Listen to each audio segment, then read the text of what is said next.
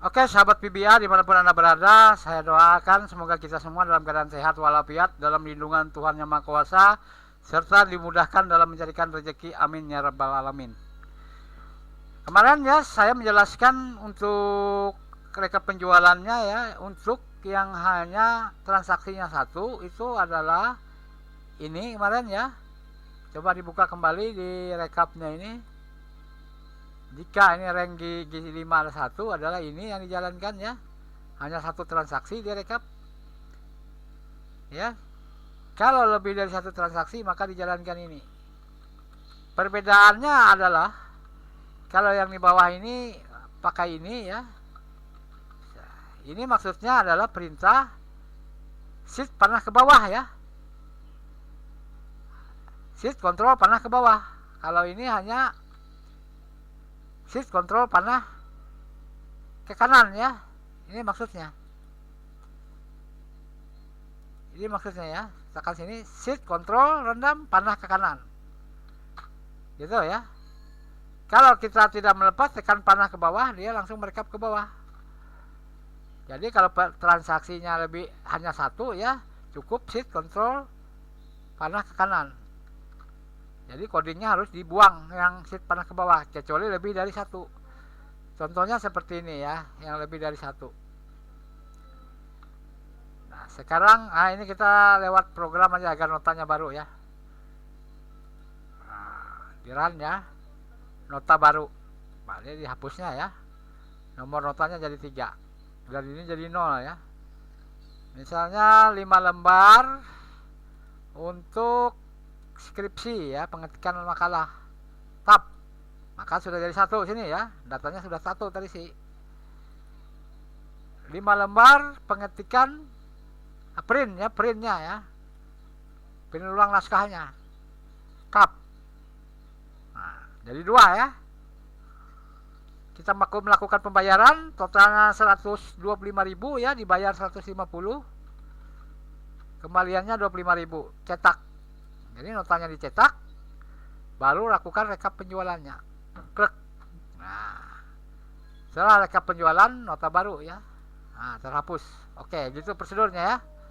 Sekarang kita lihat rekapnya masuk enggak yang transaksi nota nomor 3. Masuk ya. Nah, berarti coding yang direkap kita buat ini ya. Nah, ini kalian lihat ya.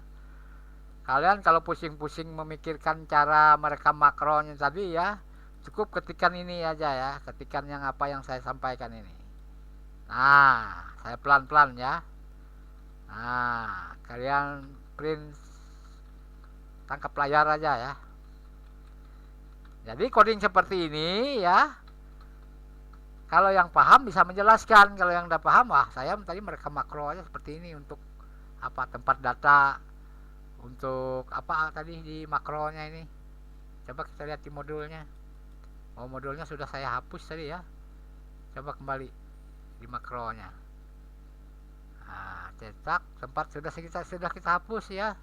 Tadi kan data awal, tempat data gitu tadi kan.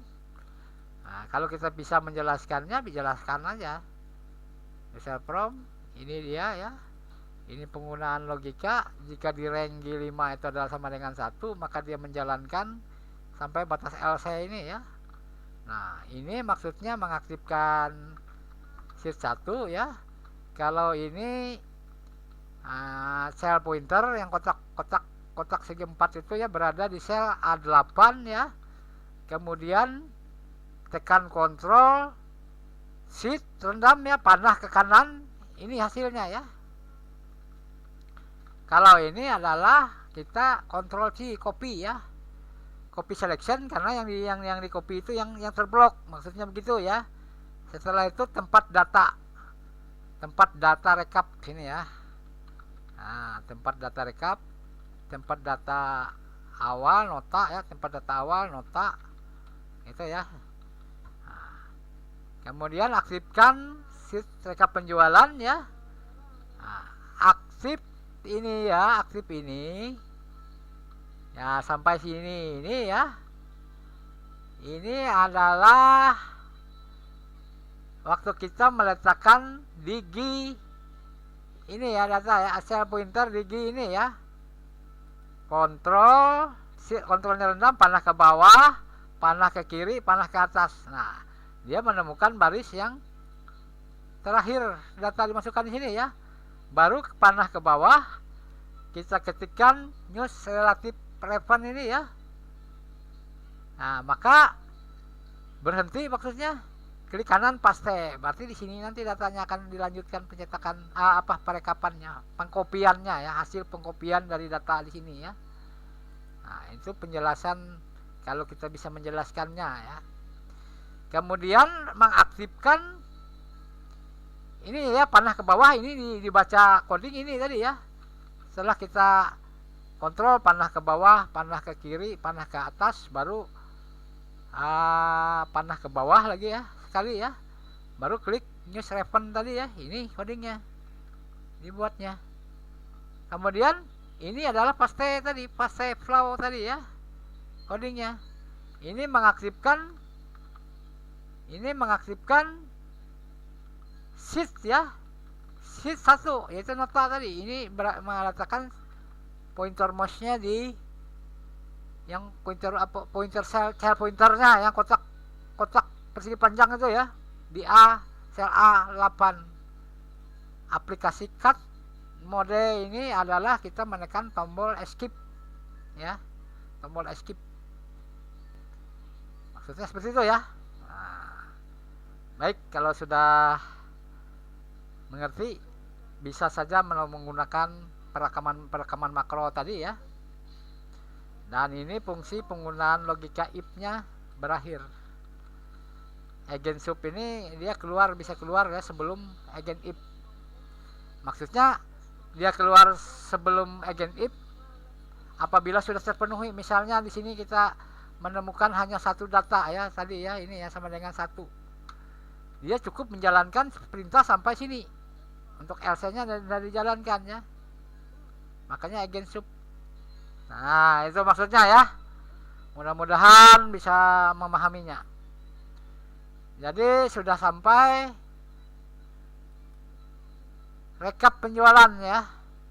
Jadi ini diblok saja. Control shift panah ya, ke bawah ya. Klik kanan ke kontrol 1, angka 1 ya.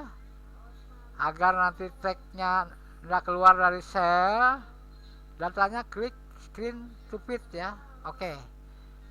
Jadi yang panjang seperti ini tidak merubah ukuran font, tetap 8 sama seperti di atas ya, tapi dia mengecil dengan sendirinya, tidak melampaui batas kolom.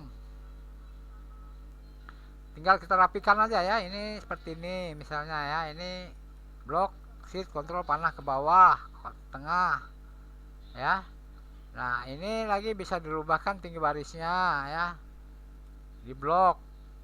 Saya manfaatkan sisa waktu ya. Sampai sini ya. Di blok dulu sampai sini, kontrol 1 web tag center ya. Di alignment-nya. Oke. Jadi kalau ada yang 2 baris seperti ini turun ya. Nah, untuk perekaman pemberian border itu ya. Ini apakah sudah kita pernah buat? Coba kita buka border. Belum ya? Nah, jadi langkahnya kita letakkan di sheet 1 dulu ya, rekap makro ya. Border table aja ya, border table. Nah, oke ya. Sheet klik rekap ini penjualan ini ya, letakkan di sini ya. Kontrol sheet rendam panah ke kanan, panah ke bawah, panah ke bawah. Bukan panah ke bawah ya, ulang ya. Stop sekali aja panah ke bawahnya, stop dulu ya. Ini kita hapus dulu. Mana dia? Border table. Delete ya. Atau saya lanjutkan aja nanti di pertemuan berikutnya karena waktunya ini sudah terpantau oleh saya ya, dekat 10 menit. Jadi bagi yang baru bergabung, agar tidak ketinggalan video kami, jangan lupa membantu channel ini berkembang, klik like, kemudian subscribe dan bagikan. Yang sudah bergabung, jangan lupa juga ya dibantu dengan like dan bagikan video ini. Semoga kita bisa berjumpa kembali di pertemuan yang ke-19 ya. Kita akan membuat tabel border.